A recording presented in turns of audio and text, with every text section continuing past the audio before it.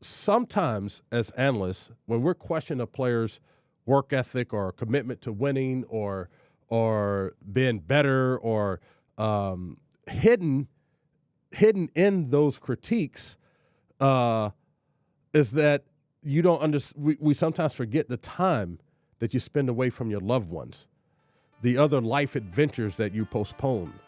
Being present physically, but not mentally or emotionally, because you're so locked in on the game.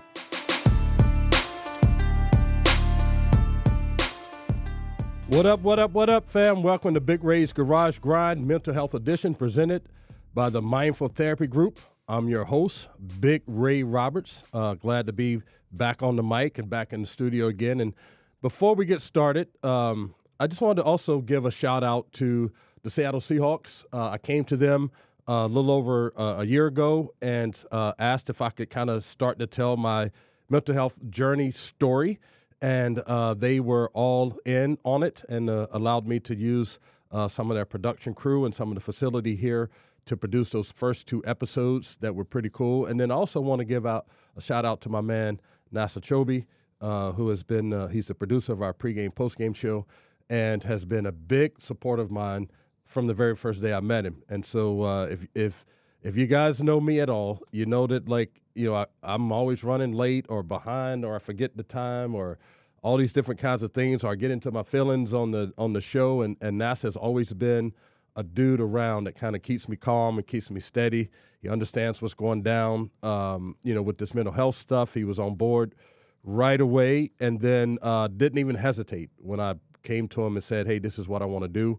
And then, in our process of trying to get it set up, this kind of brought me a lot of comfort in knowing that he was going to make sure that a lot of the back-end stuff was going to be cool, and I just needed to bring the content in my story. So just wanted to give a big shout-out to my guy, NASA, for being supportive that way. We all need somebody in our life that way, so I'm glad that he's in mine that way.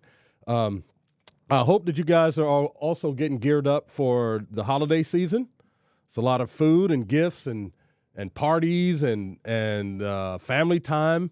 And just want to give you a reminder, though, that this time of the year can be very emotionally tough. Sometimes it can be a trigger for unresolved family issues. It can bring up memories of lost loved ones. You can have we all tend to sometimes fall in that place of having a little too much to drink and say things that we don't mean. But have a plan. Have a plan for how you want to handle these things and protect your mentals, as Marshawn Lynch would say. So, just know that that's coming up. I know for me, it tends to drum up a lot of emotions and things that go on. And so I try to make sure that I keep myself clear of those situations and those conversations. So just a little reminder of that. But then, wow, man, let me just say that I've had the opportunity with this podcast. It's probably already exceeded, what I thought it would be. I started out just kind of wanting to tell my story and talk about the things I've been through in a way that it might help someone else. And in the process, I've been really fortunate to interview some really, absolutely without a doubt, bona fide Seahawks legends. Like, there's legends that we call, that's kind of like what we call our alumni group. That's what the NFL calls the alumni group. It's not called the NFL alumni. It's called the NFL legends. But then there's legends. And these dudes are legends of the Seattle Seahawks. And that would be Cliff Averill, Doug Baldwin. And then our last episode that we broke into two parts was Mr. K.J. Wright. And I'd have to say that was one of the coolest conversations for me. Been a Seahawk fan and a former Seahawk, those are three dudes that I have so much respect for. Just the way they went about their life, the way they play the game, the way they think the game, the involvement that they are in the community. Cliff and Doug, do a lot of different things in the community. They have fundraisers that they do, a basketball game they use to raise a lot of money. Doug has his community center down in Renton. Cliff does his stuff back in his home country, and then KJ is just everywhere all the time. I just don't know how he does it. He has his own podcasts. He does stuff with Seattle Sports Radio. He does things for the Seahawks, and so he's also out there doing his thing. Excuse me. And so for me, it was just I'm older than those dudes. I'm interviewing KJ. I realized that I was probably like 20 years older than this dude. Like, I was like, wow, like sitting across from him, I didn't feel that old. But when I started thinking about it, I was just how much older I am than they are. And but I felt like a kid in the candy shop, like talking to them. They just had so much to bring, so much thoughtfulness and about their approach to mental health, their engagement with mental health, how they handle those situations. And so it's been an honor of mine just to be able to be in the same room with those dudes having meaningful conversations. It's one thing to be sitting at the bar having a drink or, at a club or sitting at the football game or whatever, but to sit across from these dudes and have grown men conversations and have them be engaged in it that way has just been an honor for me. And so being able to talk to, KJ around, the conversation, we had a pretty robust conversation and so sometimes it was about mental health stuff and sometimes it wasn't, but I just wanted to kind of review some of the things that we talked about because we talked about everything from life outside of football to the Super Bowl victory to the devastating Super Bowl loss to his retirement, all these different kinds of things. And so I wanted to kind of maybe just kind of bring out and talk a little bit more or have a little bit more to say about some of the things he said. And as I was thinking about it, this might be a nice little rhythm for how we do the podcast. We're still trying to figure out what works and what doesn't work. But to be able to interview someone and then the next time come back and kind of pull out some of the themes from that interview to kind of expand on, I think might be a good way to go about it because we hear so much, but we only have 45 minutes to an hour to talk about it. So being able to pull some of that out might be a good way to go about it. But the thing that was surprising to me, and because we've all witnessed and we've all heard the stories about what it was like to lose that Super Bowl, the way that it was lost, and then how it impacted the team moving forward. And so I was really surprised when I asked him about how did he or the team and folks deal with that loss, and I was surprised that he said that even today is still a tough one to get over. And then also that cloud kind of hovered over this team for a few years after that loss. And that's powerful to me because sometimes the people outside the game or who have never put that much into accomplishing something or can't understand how difficult it must be to get to the place to be first in the NFL and then secondly, win enough to get yourself to play in the ultimate game. It takes a lot to get there, and I don't think that some people outside the game or have never experienced that or have achieved at the level quite understand what it takes and what's all wrapped up into that. So when you start thinking about like, well, man, how could that be a cloud, over the team for so long, and how can and you can see it in KJ's body language, how he was still holding on to that moment and to that game. And so well, why can't they just get over that? Like you move on, you go play another game and all these other kinds of things, man. Like the mind is a powerful thing and our memories are pretty incredible. And so it can be the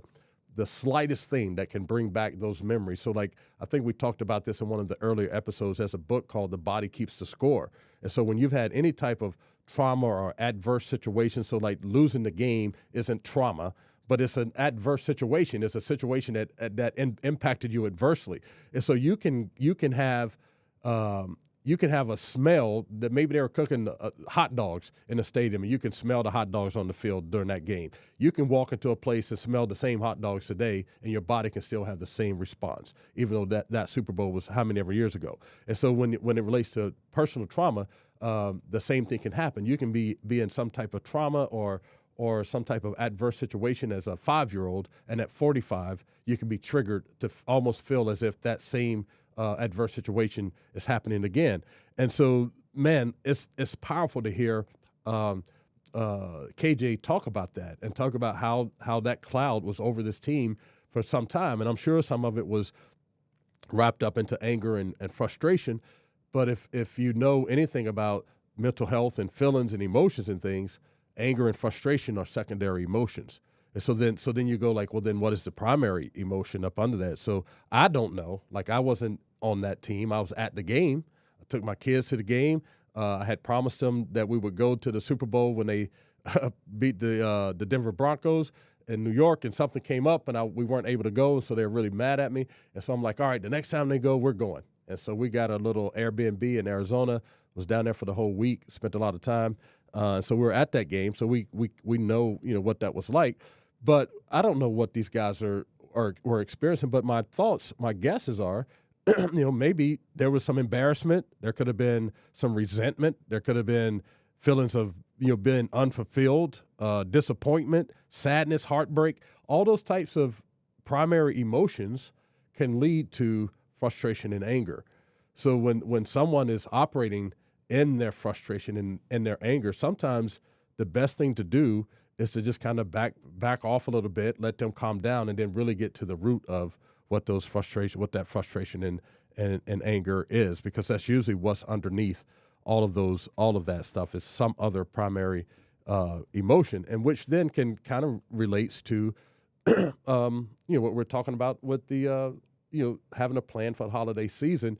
Sometimes these unresolved issues, some of the unresolved issues in our everyday lives, can lead to unhealthy mental health issues or unhealthy relationships or tough conversations, or maybe it leads you to drive faster or party harder or drink more or what have you. So it's really important to get to the root causes of what some of these feelings of anger and frustration and things are, because then you can address those things.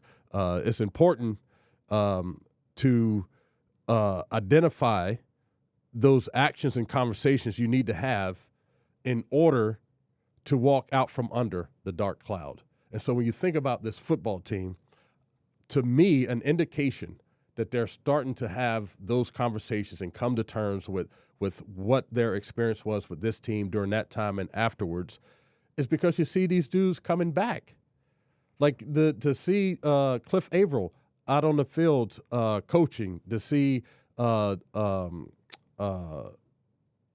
Baldwin out on the field talking to Pete and talking with the receivers, to see Richard Sherman coming back, to see K.J. Wright, is out there. So there's been a bunch of those players, Cam Chancellor, all those guys have been coming in and around the organization. And to me, that's a sign of healing, because they've been able to kind of step out from whatever the cloud was or whatever the emotions were or whatever the feelings they had towards the team, towards Pete, towards, that loss, towards whatever went down, after that loss and since that loss. An indication that there is healing going on is the fact that these guys are back around, and I think that's really important for KJ and for that team. I think a lot of that has been resolved, because otherwise I don't know that you'd see them as engaged as they are. Michael Bennett has been back here. He's another guy. He's been on our broadcast, on our pregame, postgame broadcast. He's a great dude, great personality, awesome dude. But for all of those guys to come back and to embrace the team, embrace Pete, embrace their experience here, I think that's an indication that they're at a place of walking beyond and out from under that cloud. And so in our own lives, that's also important too. Whether it's something that happened, maybe the dark cloud was created yesterday or the day before or last year or 10 years ago or 20 years ago or whenever it was, it's important to come up and identify the things that will allow you to address those things, whether it's a tough conversation you have to have, and maybe you have to have someone facilitate that conversation, or maybe you have to have, I've had conversations even with my kids before where I go, you know what, like, there's so many emotions involved in this conversation. We need someone that we can use to help us talk through this. And so we've used either a therapist that they've seen or a therapist that I've seen, and they help facilitate these conversations so that we can move beyond the point, so we can take some of the emotion out of the conversation, speak to what the facts are, and then speak to what the resolutions are. And so I think that's important for this team. And that was, to me, to hear KJ talk about that in a way that you could still feel the energy from that loss coming from him across this table. I think it was important, even in that moment, I think, for him to say it out loud. I think there's some relief and being able to say it out loud. But then I think the biggest healing is seeing him being back engaged with the team. I know at one point he said he didn't want to be a coach, but he wants to be involved with the team in some way. And to me, that equals some form of healing. It may not be all the healing, but some healing is better than no healing. So that was one of the things that really took me back a little bit just in that conversation, was just the longevity of the pain that some of the guys suffered from that loss.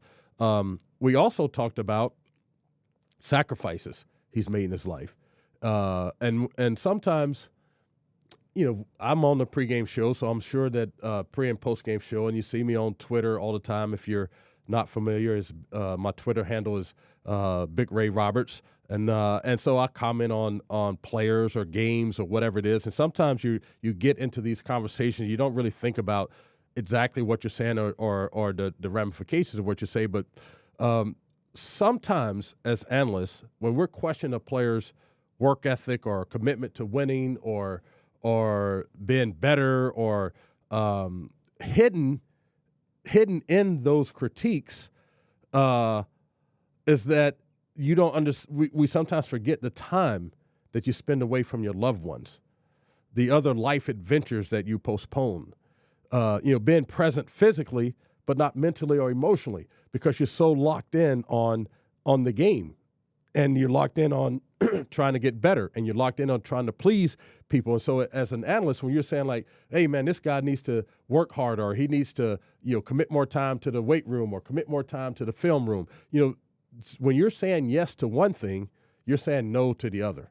So a lot of times when these professional athletes, men and women, are achieving at really high levels, you don't think about the sacrifice to the rest of their life that they're making. When you're saying yes to being into the locker room at 5 o'clock in the morning, you're saying no to waking up and having breakfast with your wife and kids. If you're saying yes to staying late after practice to watch film, get an extra workout in, catch extra footballs, you're saying no to maybe watching your kid get off the bus after school. So like there are sacrifices that you're making. If you're saying yes, like the Seahawks are doing this year, and I've done several times, plan on Thanksgiving Day, you're saying no to like missing time on Thanksgiving Day with your family. And I don't think that people understand sometimes, or maybe they would understand if it was more present when you're having a conversation, but I don't think people understand when you're telling a person and that they need to do things better in order to perform better on the football field or on the basketball court or baseball field or soccer pitch or whatever it is, that you're also telling them to say no to other things in their life that might be important to them, that might be important to where their mental health lies and all of that. And so I remember when I look back at my college years, man, I was so locked in on just football was my way out of the life I was living. Grew up really poor in the mountains of North Carolina. Parents were alcoholics. Brothers didn't have brothers. My sisters were, in trouble and stuff from time to time, two of my sisters. And so just wasn't a whole lot of expectations for where my life was going to be other than either running the streets, selling drugs, in prison somewhere or whatever. And so it was important to me that football was my ticket out. And so I spent a lot of time in the weight room, a lot of time watching film, a lot of time trying to get better. But man, when I look back on it, there were so many things that were important in life that I think that are important now, that are issues that I care about, that were going on our college campus at the same time. There were friends that I had that I didn't spend as much time with. There were speakers that came that were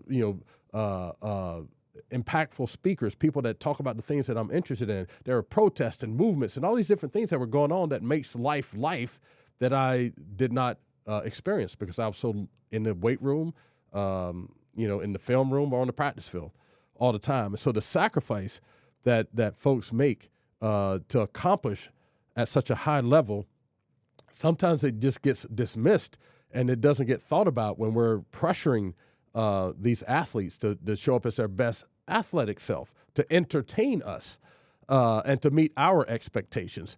Sometimes we don't understand what they're giving up in order to do that. So when KJ was talking about the sacrifices that he had made with his life, and he talked about that in his retirement interview, he was talking about the sacrifices that he's made, and it takes a lot. I can speak specifically for football, but to get to this level, it takes unbelievable talent, timing, and sacrifice. And there are people that will say like, hey, well, yeah, you say all that, Ray, and all this feeling stuff and all this mental health stuff, but man, like they make enough money to, this, that, and the other thing. Money doesn't solve all the problems. Money solves some problems, but money can also create issues too. And those are conversations for another day. But money doesn't solve everything. If that was the case, the richest people in the world would be the happiest people in the world. The richest people in the world wouldn't be committing suicide. The richest people in the world wouldn't be having divorces. The richest people in the world wouldn't be having disputes with their kids and things like that. Money is not the end-all, be-all.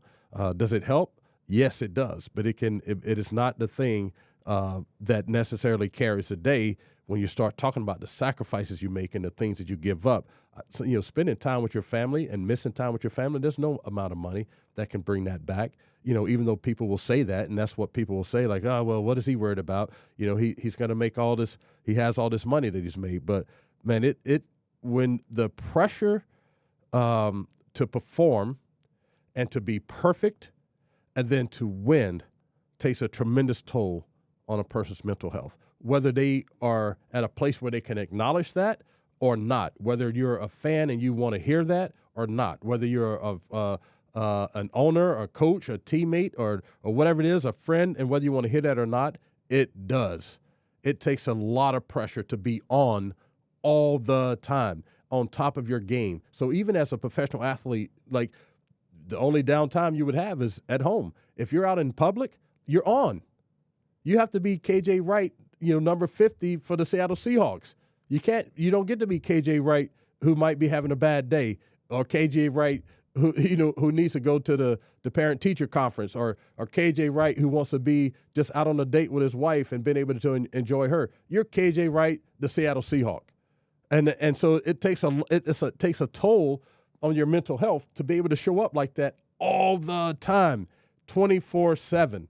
You are on all the time. And so you can say what you want. There's people that will think that this talk about mental health and feelings don't matter and there are no feelings and this, that, and the other kind of thing, and people are being soft and what have you.